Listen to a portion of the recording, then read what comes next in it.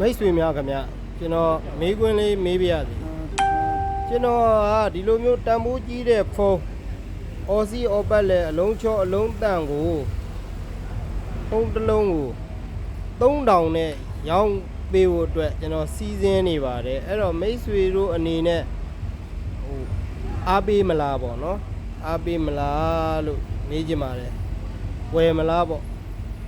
ဝယ်မယ်ဆိုရင်ကျွန်တော်ကစီစဉ်မှုလေးတွေကိုစတင်ပြီးတော့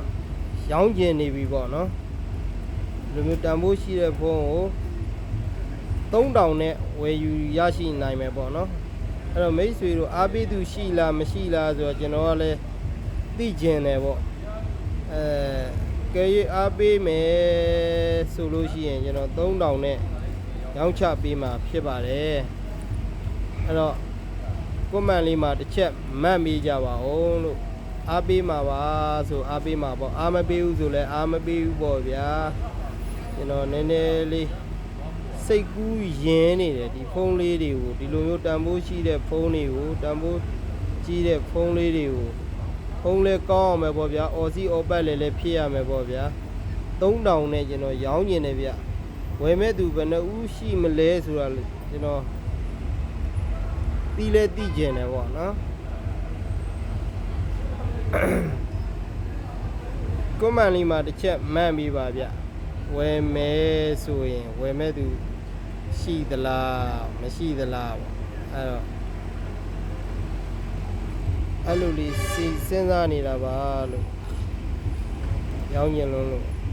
ကျွန်တော်ကစကားလည်းတိတ်ပြီးတော့ချောမောအောင်တိတ်မပြောတတ်ဘူးဗျာရွာသားဆိုတော့လည်းနည်းနည်းစကားပြောတာလေးကထင်ငေါနဲ့အဲ့လိုမျိုးလေးဖြစ်ပါတယ်စိတ်ကူးရင်တာလေးကိုပြောတာပါ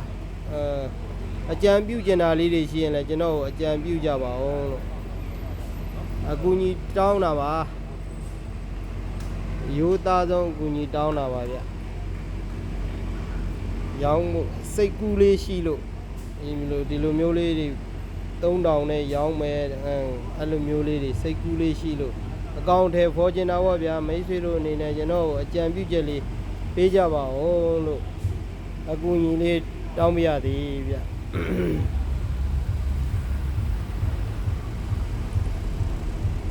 အဲ့လိုမျိုးရောင်းမယ်ဆိုရင်ရောအားပေးသလားရောင်းတင်သလားအကြံပြုမိတ်ဆွေတို့အကြံပြုနိုင်ပါတယ်ကျွန်တော်မိတ်ဆွေ